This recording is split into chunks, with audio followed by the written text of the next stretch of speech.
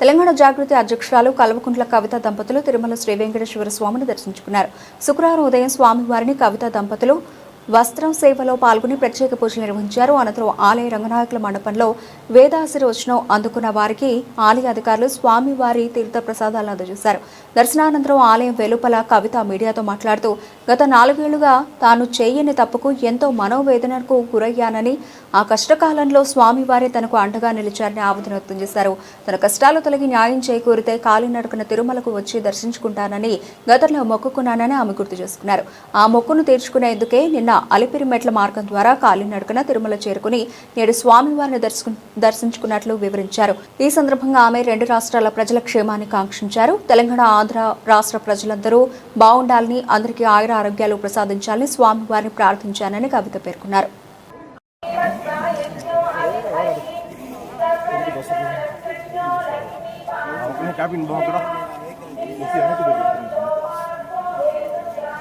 అందరూ బాగా వస్తుంది.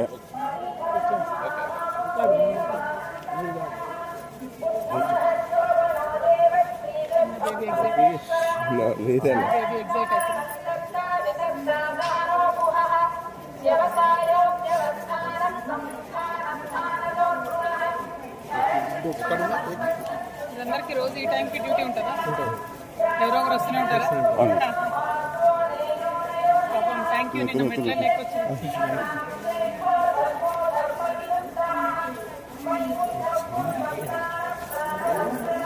సురేష్ వెనక్కి బిడ్డ చూడు, నాకు చూడు ముందర సురేష్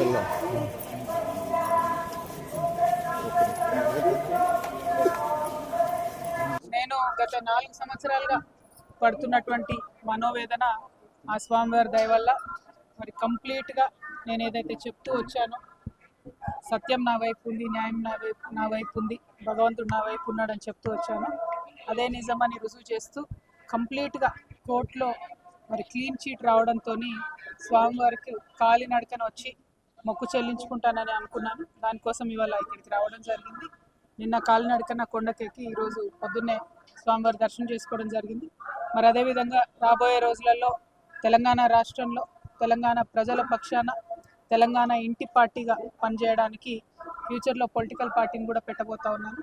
కాబట్టి దానికి కూడా ఖచ్చితంగా స్వామివారి ఆశీస్సులు ఉంటాయి, దయ ఉండాలని చెప్పి కోరుకొని మరి వాళ్ళు దర్శనం చేసుకోవడం జరిగింది. నేను ఎప్పుడు తిరుమలకు వచ్చినా ఒకటే కోరుకుంటాను, తెలంగాణ రాష్ట్రం బాగుండాలి, తెలంగాణ ప్రజలు బాగుండాలి, ఆంధ్ర రాష్ట్రం బాగుండాలి, ఆంధ్ర ప్రజలు బాగుండాలి. రాష్ట్రాలుగా మనం విడిపోయినా కూడా ప్రజలుగా కలిసి ఉండాలి, ప్రజలందరూ బాగుండాలని మనస్ఫూర్తిగా కోరుకుంటాను. అదే జరగాలని చెప్పి మళ్ళీ ఒకసారి భగవంతుని కోరుకుంటూ థ్యాంక్ యూ. జై తెలంగాణ, జై ఆంధ్ర.